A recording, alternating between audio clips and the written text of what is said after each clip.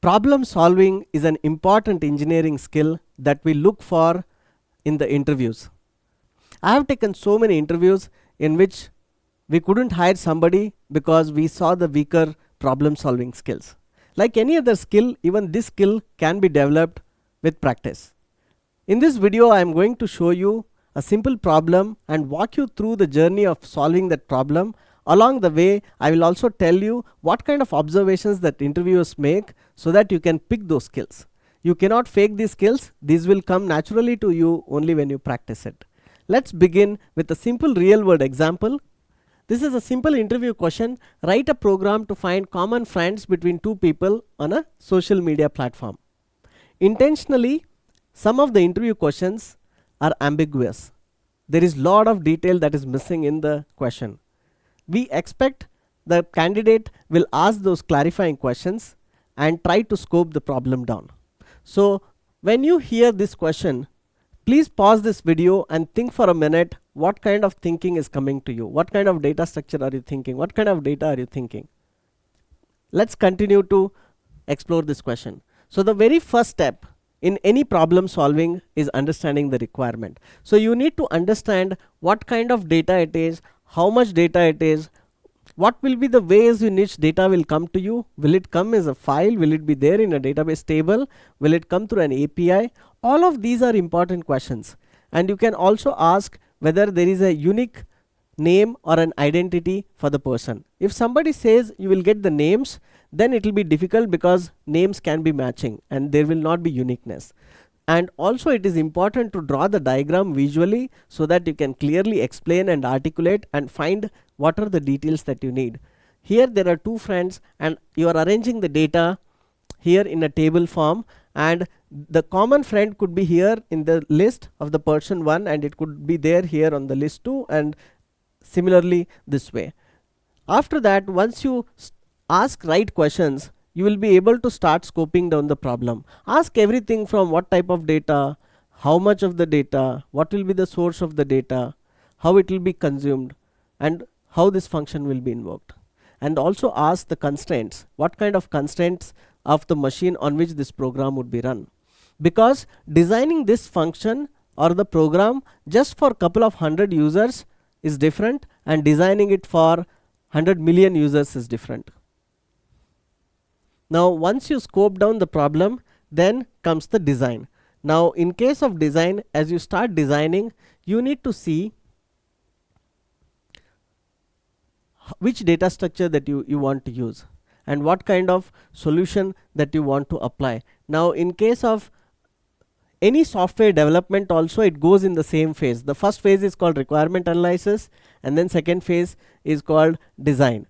And it could have software design, and then along with that you also write a test plan. Now let's see how this can be done in a way. The second part is also think about the test cases. For this particular case, since we will use two arrays and it will have the data passed in the form of arrays, you can ask questions. You can think of test cases like whether how many entries it will have, will it have common friends, will it not have common friends, what if everybody is a common friend, what if there was no common friend, what if the names are duplicate, the sender has given entries but then they have repeated the name within the same array. So all those details you can write down as a test case, and in industry we write something called test plan before even the software is completely developed, so that developers know what kind of scenarios that they need to write the code for and handle those cases. And then even in case of testing, your code get tested mainly in two parts, the functional part and the non-functional part. And functional part is very clear with respect to functionalities and edge cases, and non-functional things like performance, resource consumption, security, and then there is something called fuzz testing. And after that you start thinking through the algorithm. Now a lot of people, they struggle solving the problems that they have not seen before, and I have seen them memorize or try to solve a lot of problems and then try to memorize the steps for those problems. This is not a scalable way for you to even crack the interview, and neither it will help you when you join the industry. slowly you have to build capability in yourself to come up with algorithms to solve the problems which you may not have seen before. In a simple problem like this, one of the mental model that I recommend is first try to solve that problem mechanically just using your raw intelligence. Don't think about the programming at all to begin with.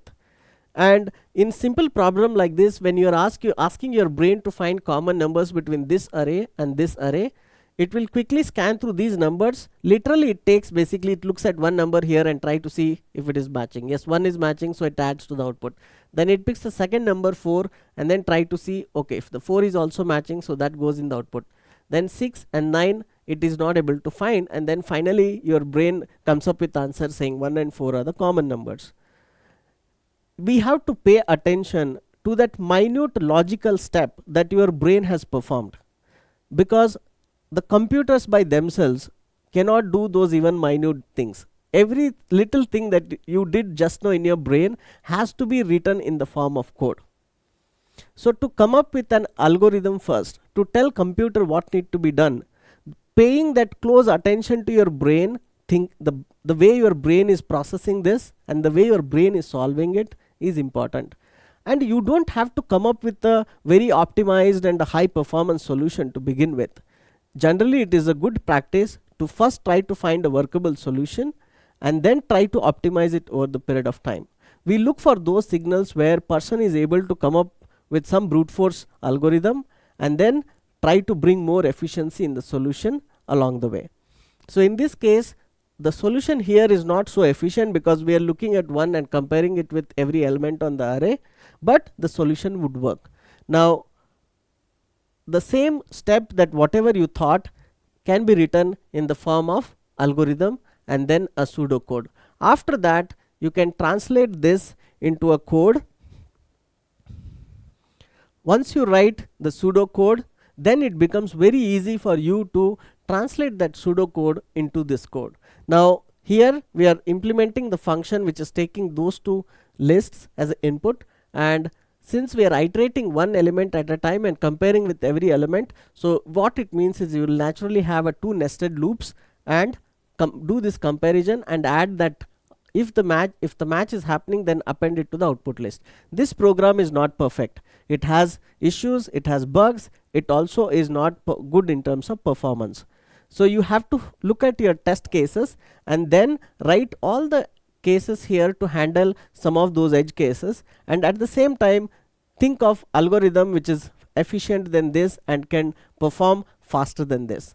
So this whole journey from understanding requirement, removing ambiguity, bringing more clarity, scoping down the problem, coming up with a brute force algorithm, thinking through the test cases, writing a pseudocode or code, then testing that code and handling all those edge cases, and then improving iteratively the performance of the code and the reducing memory footprint of the code. These are all part of any software development, even in the industry. And when we take interviews, we try to look whether person has the skill set in the interview through some of these kind of problems. Please note that the final solution that you arrive is not as important as the journey that you have taken. As an interviewer, we pay very close attention to the journey and the conversation of the interview. How you started from problem and how you arrived at the solution. There are times where we have hired somebody who did not come up with the most optimized solution, but their explanation and that journey to solve the problem was amazing. And there are times where somebody directly gave us the most optimized solution and a most memory efficient solution in the very first go and directly wrote the code and didn't explain it really well, didn't take us through the details. Then we had really doubts on that person. We think that maybe person was lucky and they got a question that they have already memorized or they have practiced. And our hiring decision becomes in fact very difficult with such candidates. I hope this information is useful to you in practicing problem solving and help you to prepare for the interviews.